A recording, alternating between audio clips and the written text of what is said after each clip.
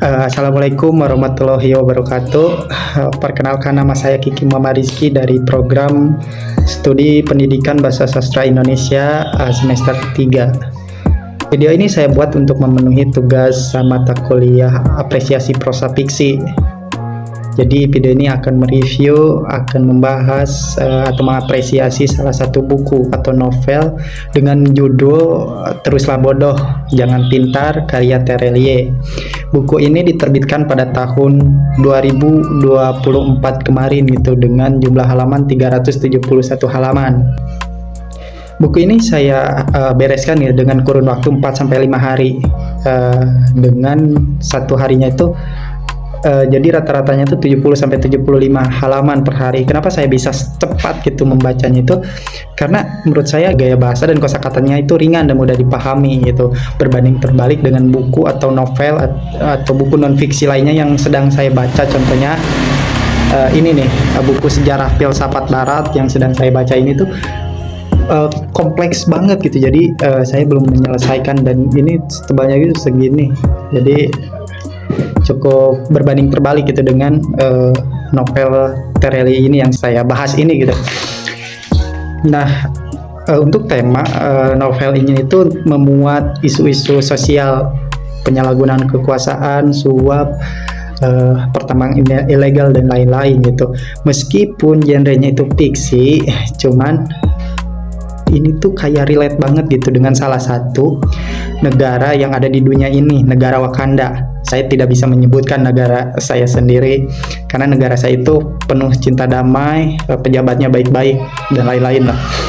Nah, buku ini tuh mengisahkan sekelompok aktivis lingkungan yang menghadapi korporasi tambang atau perusahaan tambang yang rakus, yang merusak alam dan mengorbankan masyarakatnya untuk kepentingan atau keuntungan perusahaan.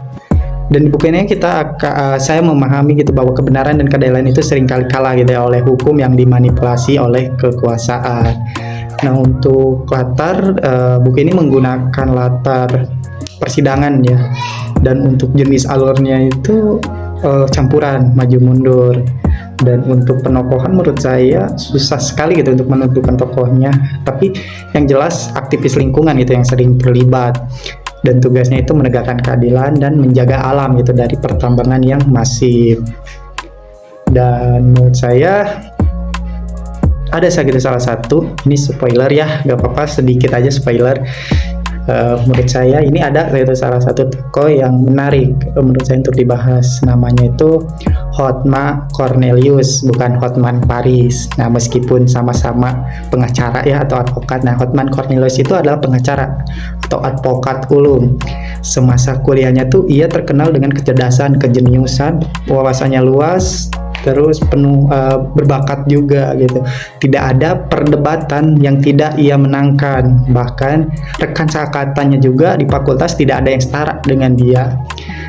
Dan di persidangan pun atau di pengadilan pun ia presentasi kemenangannya itu 120%, bukan 100% lagi gitu, saking jeniusnya dia. Tapi di sisi lain dia tuh spesialis pembela kejahatan seperti gembong narkoba, pembunuhan, skandal artis, pertambangan ilegal. Ia bisa menyihir itu pengadilan dan meringankan masa hukuman. Nah, saya mengagumi gitu kecerdasan, kejeniusannya. Tapi saya juga membencinya, seakan-akan dia tuh dianugerahi oleh malaikat dan dianugerahi juga oleh iblis gitu. Nah, suatu waktu, jadi spoiler ya, suatu waktu dia tuh menangani mengenai konsensi proyek pertambangan skala besar, dan kliennya itu pemilik pertambangan.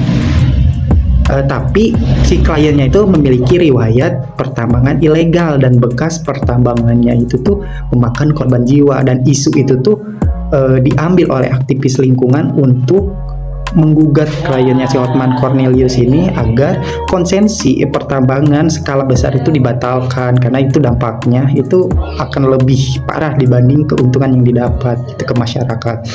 Nah, tapi di akhir persidangan itu Hotman Cornelius dan kliennya itu tetap menang karena dia itu memanipulasi kesaksian agar memberikan kesaksian palsu gitu. Nah, dari si Hotman Cornelius itu saya memahami gitu bahwa kecerdasan, kepintaran itu ketika kehilangan kompas moralnya itu hanya akan membuat manusia pada perilaku destruktif, rusak atau merugikan orang lain gitu. Nah, untuk kelebihannya itu tadi kelebihannya itu gaya bahasanya itu tidak terlalu kompleks, ringan dan mudah dipahami gitu untuk pembaca awal. Jadi recommended banget ketika dibaca sambil ngopi, sambil santai-santai. Untuk kekurangannya aja bad ending aja sih. Untuk buku Terelia ini bad endingnya aja sih menurut saya yang kekurangannya. Dan untuk pesannya itu mengajak kita gitu untuk menjadi orang yang tidak apatis, melawan ketidakadilan dan menyadari gitu bahwa kebaikan hati dan integritas itu lebih penting gitu, dan dibanding kepintaran yang disalahgunakan. Nah, menurut kalian yang menonton video ini, menurut kalian bahaya mana gitu, kebodohan yang polos atau kecerdasan yang kehilangan integritasnya? Menurut kalian boleh komen di bawah ini. Nah, dan mungkin segitu saja ya yang bisa saya review mengenai buku Terelia ini. Mohon maaf apabila pembahasan saya atau review saya itu tidak sistematis kayak ChatGPT, kan ini natural dari saya, dan ini juga saya satu kali tag gitu bikin videonya, natural jadi enggak sistematis. Tapi saya yakin gitu saya tidak membual, saya sudah membaca novelnya. Nah, mungkin kalau ada kesempatan kita bahas lagi novel yang lain kalau saya agak malas ya. Ya, begitu saja. Saya tutup. Wassalamualaikum warahmatullahi wabarakatuh.